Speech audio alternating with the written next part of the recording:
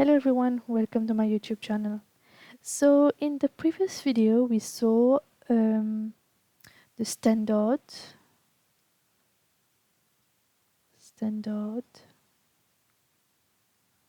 normal distribution. Okay, and we saw how we converted the normal distribution into a standard normal distribution. Now, why do we do this? What's the use? What's the use of having a standard normal distribution? Why do we need this? So let's take an example. For instance, you have a data set where you have age, let's say salary, okay, salary, age, and let's say you have weight, okay. Let's say we have this kind of data set. Now, as you know, for different features, different columns, you will have different units. So for age, you will have number of years. It will be measured in years, okay. Salary would be in any currency. So for instance, here it's either rupees or you can say dollars, okay. Have this currency. Weight, it can be measured in kilogram or lbs, okay. Now we're going to see some different figures that you may have in this data set. So for age, for instance, maybe you have 20, 30, 40, 50, and for salary you may have like 15,000 if it is in rupees, okay, 15,000, maybe 70,000, depends if it is by month or by year, okay.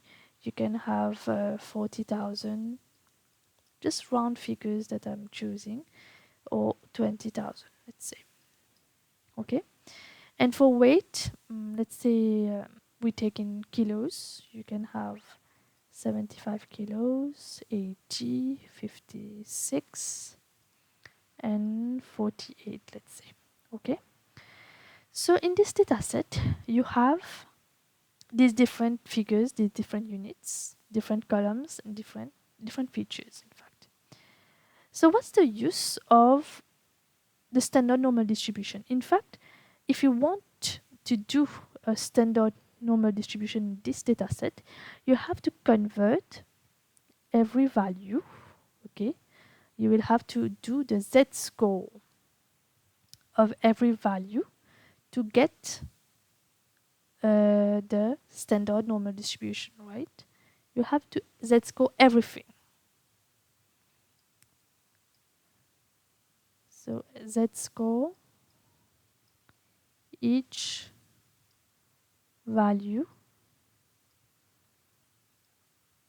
to get this to the standard normal distribution, okay. Why do we do this? In fact, the importance of it, how it came along. In fact, you know, in models, we need to put everything at the same scale. Everything has to be uniform for a model to understand that, okay, this data is uniform.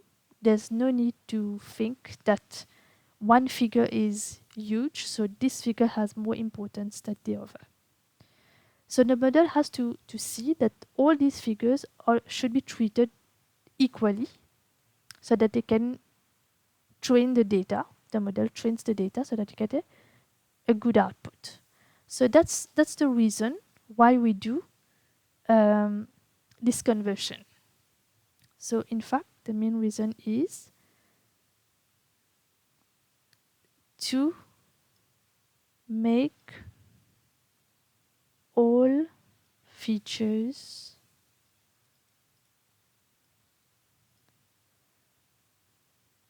uniform prior to input the data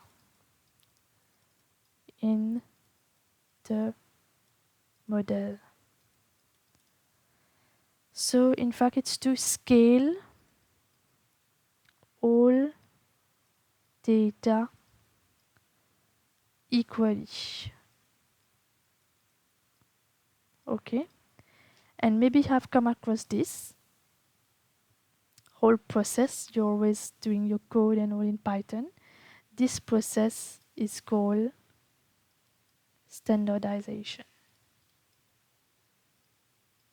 This is what we call standardization.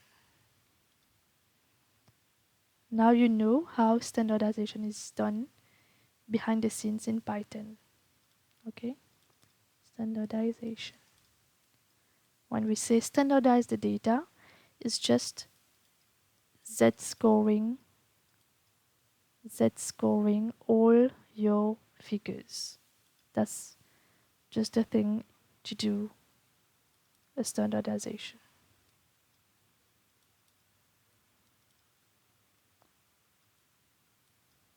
Yeah. So this is it. I hope you understood about standardization, the importance of it, how we can convert a normal distribution to a standard normal distribution, and the importance of doing so in order to so that our model treats all the data equally and do not